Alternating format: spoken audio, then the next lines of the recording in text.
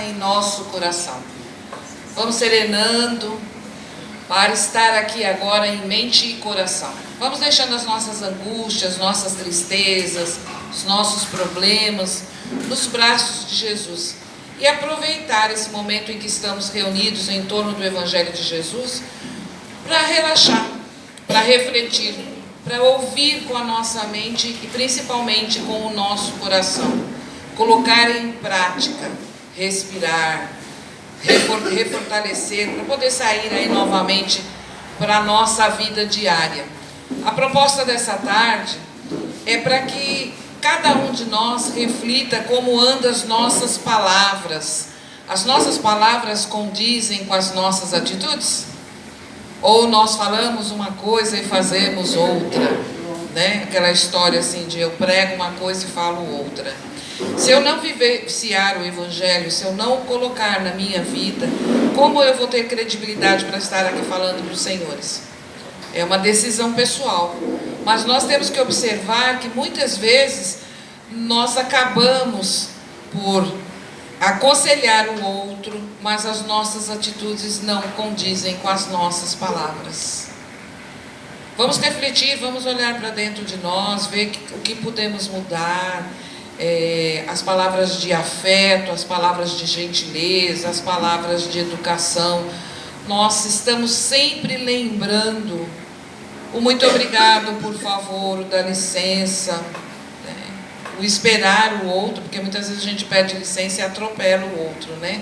Dá licença e passa por cima.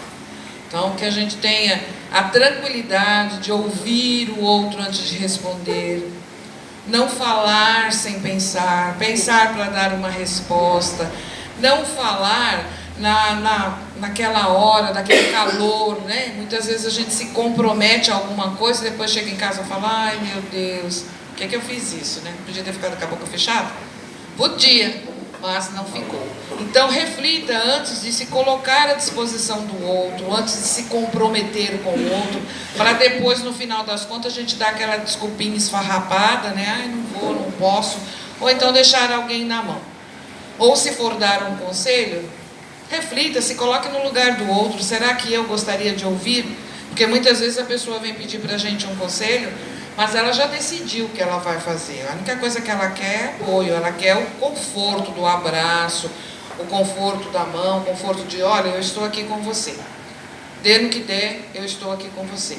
Então que a gente reflita se as nossas palavras condizem com a nossa atitude. A tarefa que a espiritualidade preparou para nós essa tarde é falar sobre a tristeza, visão espírita da tristeza. Durante o mês de junho nós tivemos a oportunidade de falar em algumas casas, levantando o tema de diversas formas.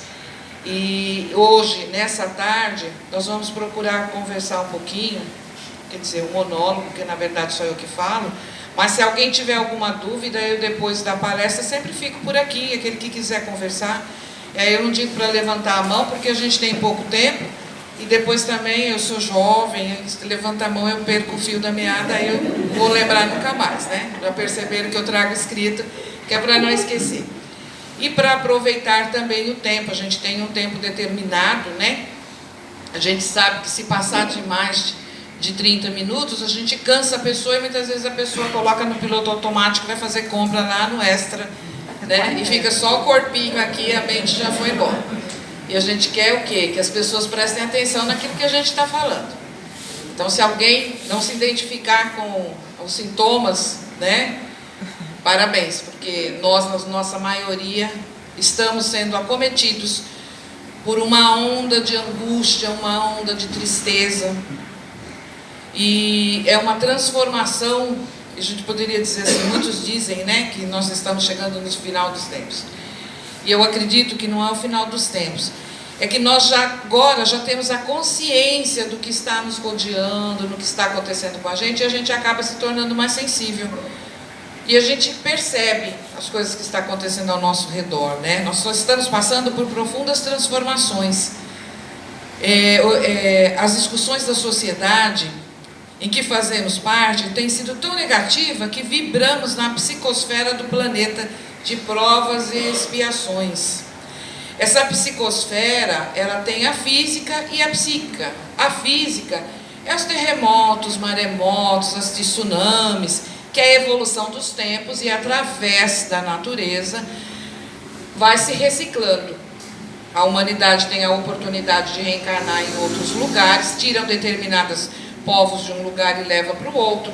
Muitas vezes onde era sertão vira mar, né? Onde é mar vira terra. E assim o povo vai evoluindo, vai melhorando e vai criando outras possibilidades.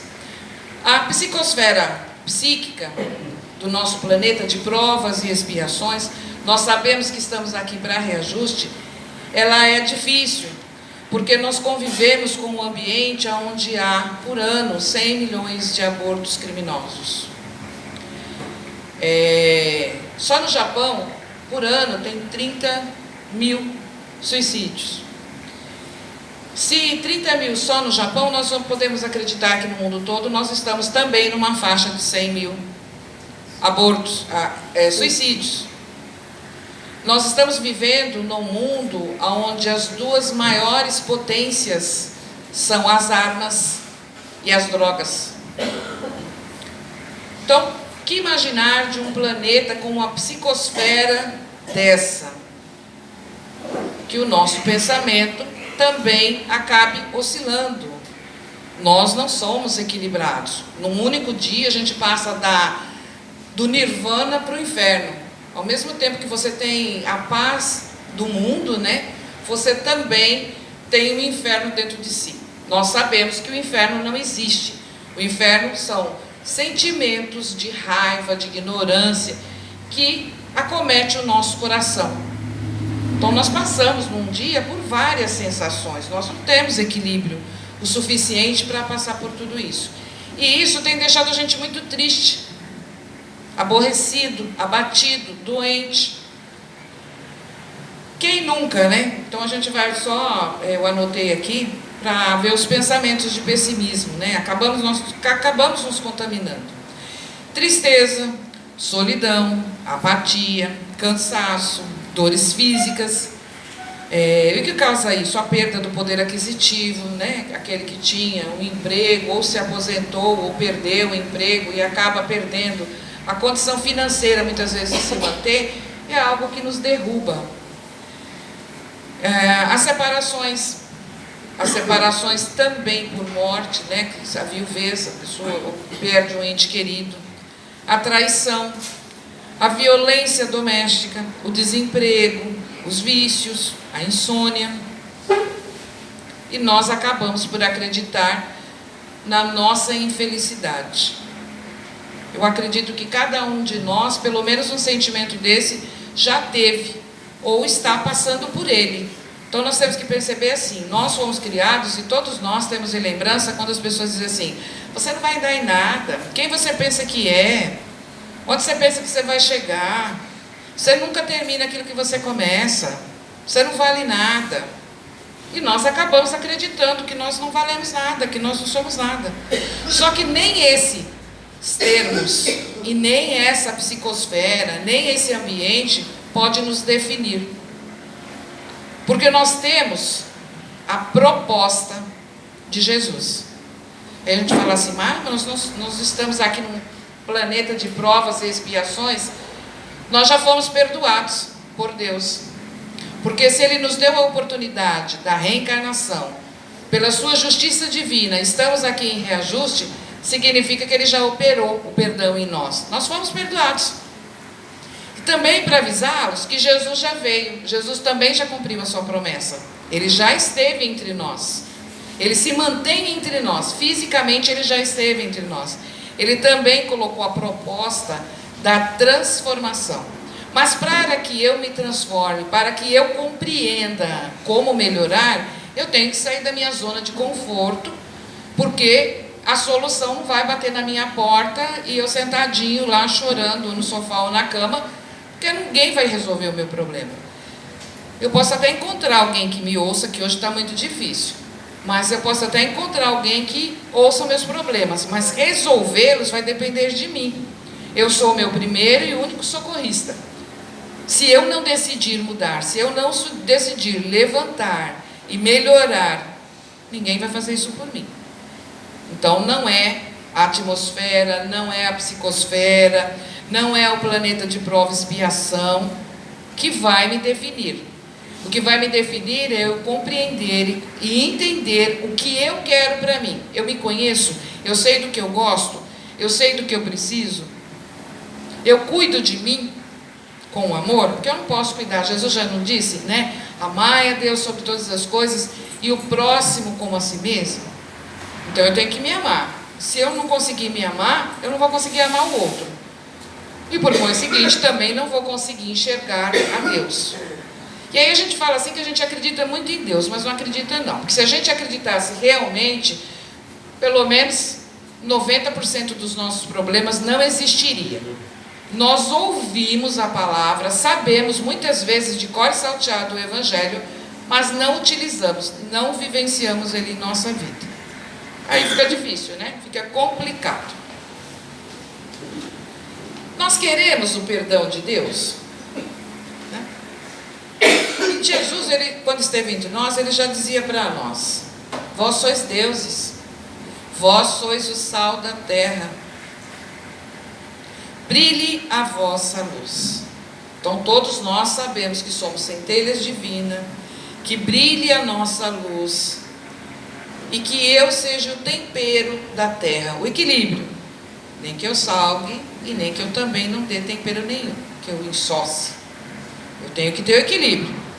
Aí eu vou lembrar 3 histórias para que a gente vá para casa hoje e realmente reflita, mas reflita lá dentro do coração. O que eu busco e o que eu espero para mim.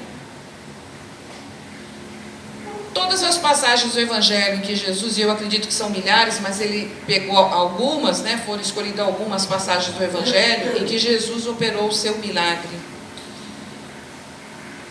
Quem não se lembra da mulher hemorrágica que chega quando Jesus está caminhando e toca no seu manto? E ele diz: senti sair virtudes de mim.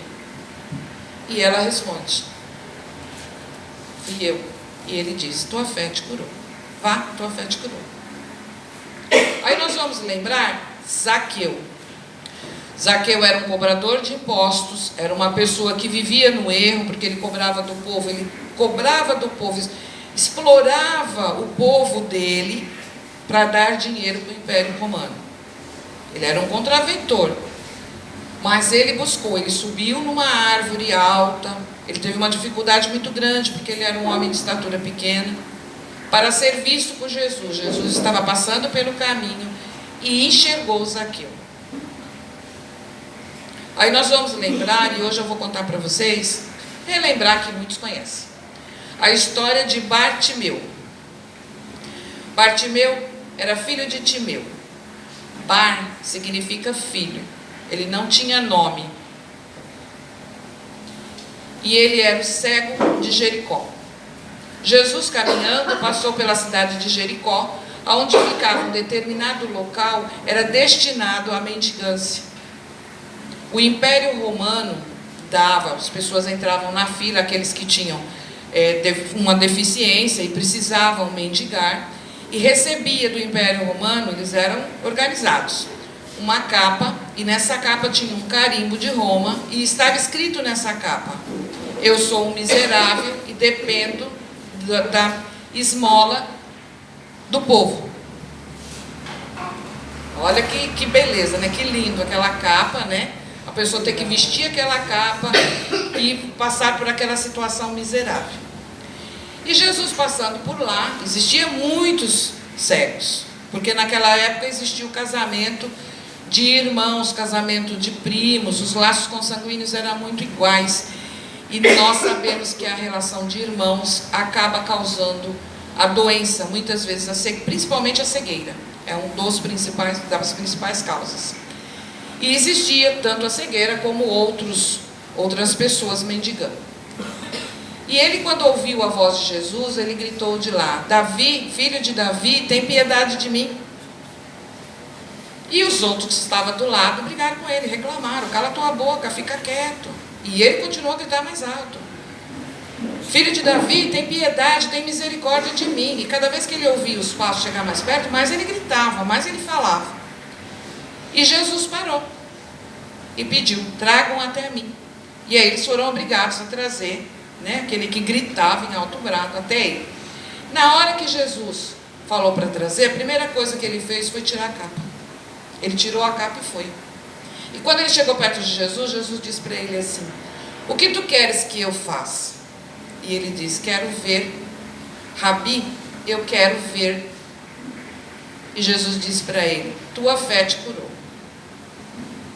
Mas o que fez aquele homem, né, ter a coragem de se levantar, de jogar aquela capa, que era o conformismo, o comodismo dele, né, a zona de conforto, porque ele provavelmente já era um homem formado, ele só viveu da esmola. Dali para diante, enxergar significa que ele tinha que tomar conta da vida dele, ele tinha que assumir toda a responsabilidade pelo fato de estar enxergando. E diz no Evangelho que ele se torna um seguidor de Jesus, um dos apóstolos dele, e aquele que era exemplo. A partir daí ele passa a seguir Jesus na sua caminhada e ele se torna um exemplo. Mas o que precisou ele fazer? Sair da zona de conforto dele, não ter medo de pedir, acreditar naquilo que ele queria. Ele sabia o que ele queria. Ele podia parar, pensar, né? O que ele queria? Não, ele já sabia o que ele queria. O que Zaqueu queria quando subiu na árvore? Ele também já sabia o que ele queria. Porque Jesus foi jantar na casa dele e todo mundo achou ruim. Mas ele é um cobrador de impostos, ele é um homem que vive do pecado. É a mesma coisa de falar assim: ó, ele foi jantar na casa de um político que está tirando o nosso corinho. Não, mas ele sabia o que ele queria. E ele disse para Jesus: a quem eu prejudiquei, eu dou o dobro do que eu prejudiquei. E eu dou a metade do que eu tenho, mais da metade, para recuperar. Então Jesus aqui se salvou um homem, porque ele decidiu mudar. E aí a gente vai lembrar mais uma historinha, a de Paulo de Tarso, que era um homem do governo, era chefe de um exército, e ele acreditava, ele conhecia as leis judaicas, ele conhecia a Torá. Ele não fazia por ruindade, ele fazia porque ele acreditava naquilo. Ele era um homem íntegro dentro daquilo que ele acreditava. E quando ele encontra Jesus na estrada de Damasco, quando ele compreende ao que ele precisava mudar, a transformação que ele precisava passar, ele também se despiu da capa dele, a capa do orgulho, a capa do que ele tinha, porque ele era um homem rico, era um homem que tinha sabedoria dentro da função dele, prestígio. A família dele também o excluiu, a família dele também pôs ele para fora.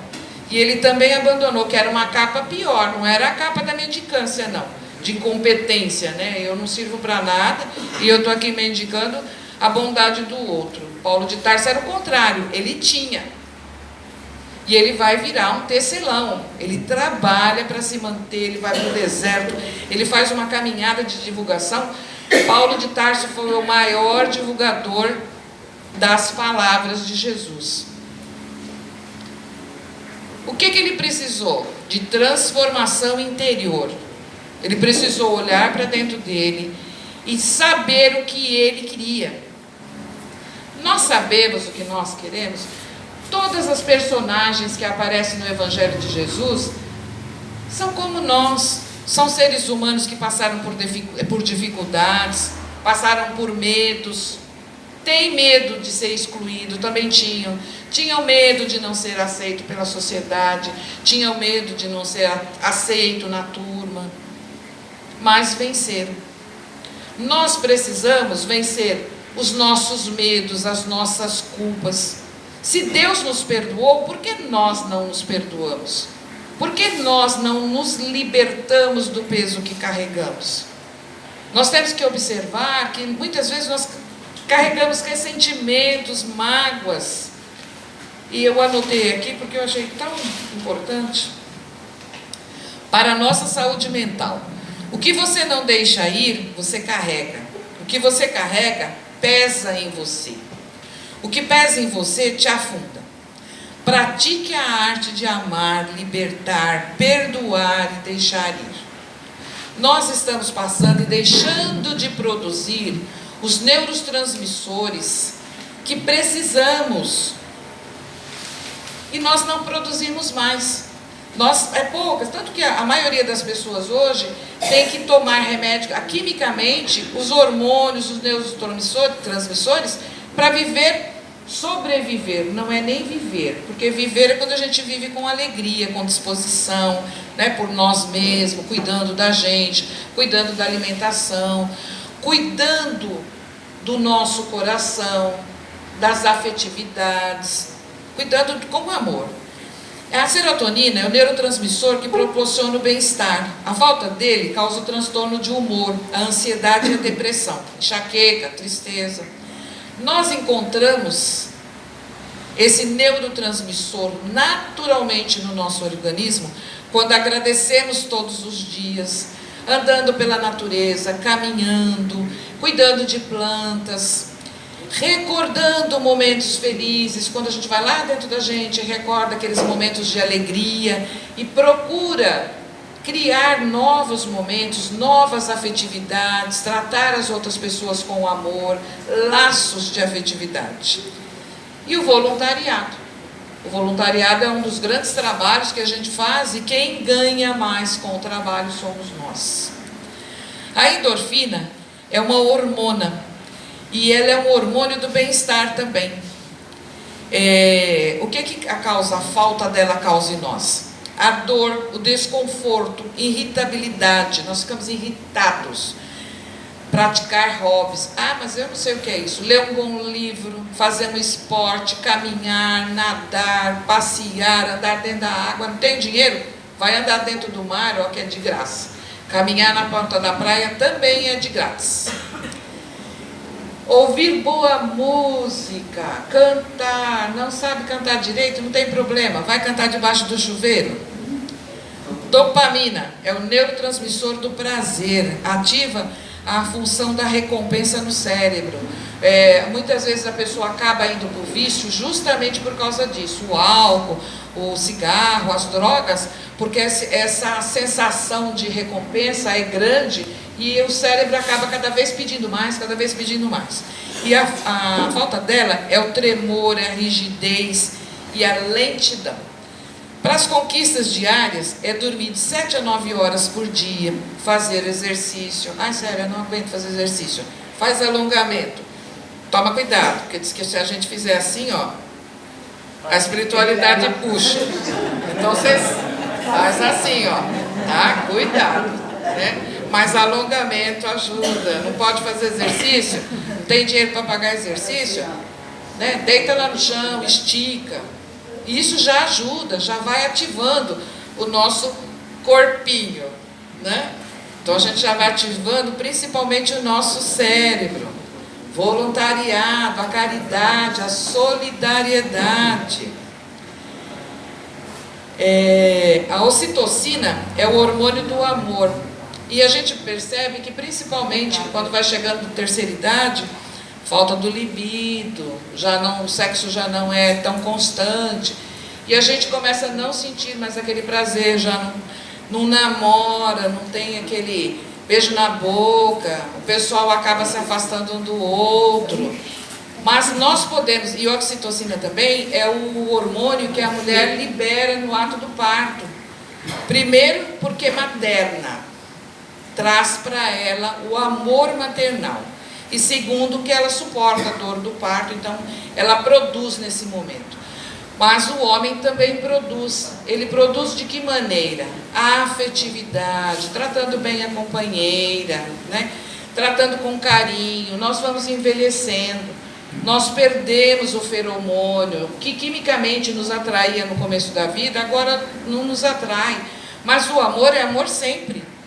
Atenção, namorar, abraçar, conversar, trocar ideias. Antigamente, quando eu namorava, eu passava 2 horas no telefone. A conta de telefone era uma beleza. Agora está ali do lado, fica horas sem falar um com o outro. Quando não estão no WhatsApp, cada um conversando, um com a China, o outro com o Japão, mas ali do lado um não olha para o outro.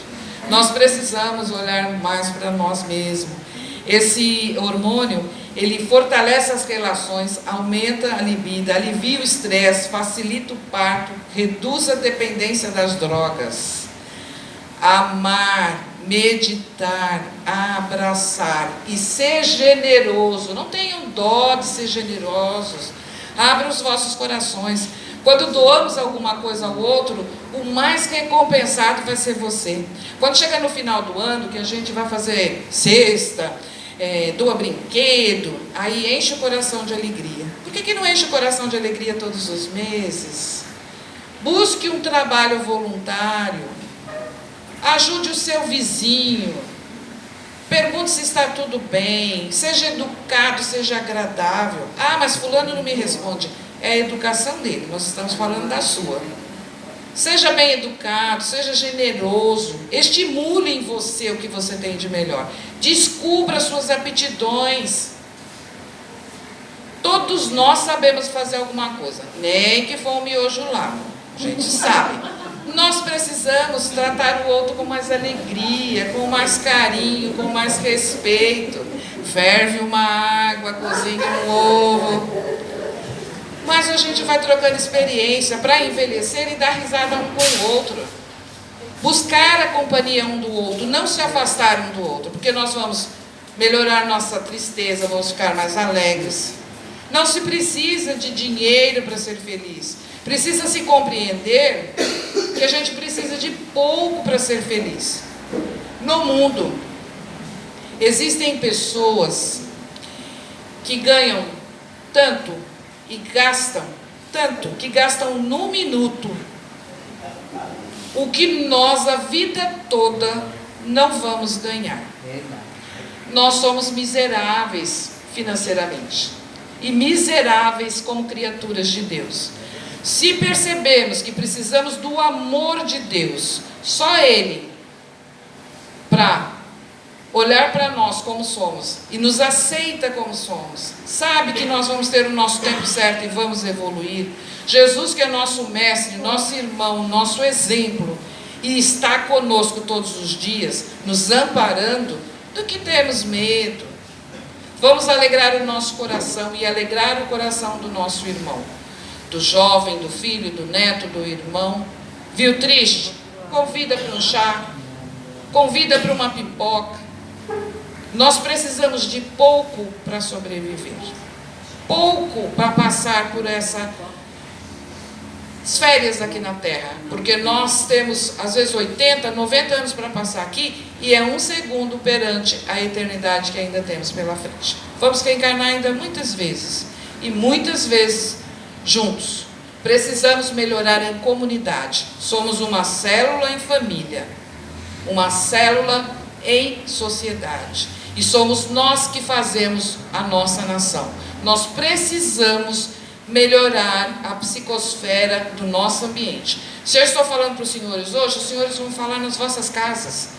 Sejam também os divulgadores da Boa Nova. Sejam os senhores também os divulgadores do otimismo. Porque tem pessoa que se a gente chega para ela e diz assim, você tem 6 meses de vida, ela dura 6 dias. E tem pessoas que a gente diz assim, você tem 6 meses de vida, e a pessoa dura 6 anos. Porque ela determina que ela quer ficar curada. Vocês querem ficar curados? Vocês querem melhorar para vir em outra reencarnação melhor? Vocês querem ser felizes? Eu acredito que todos nós queremos. É meta e é objetivo. Crie metas. Não precisa ser para um ano não, para uma semana.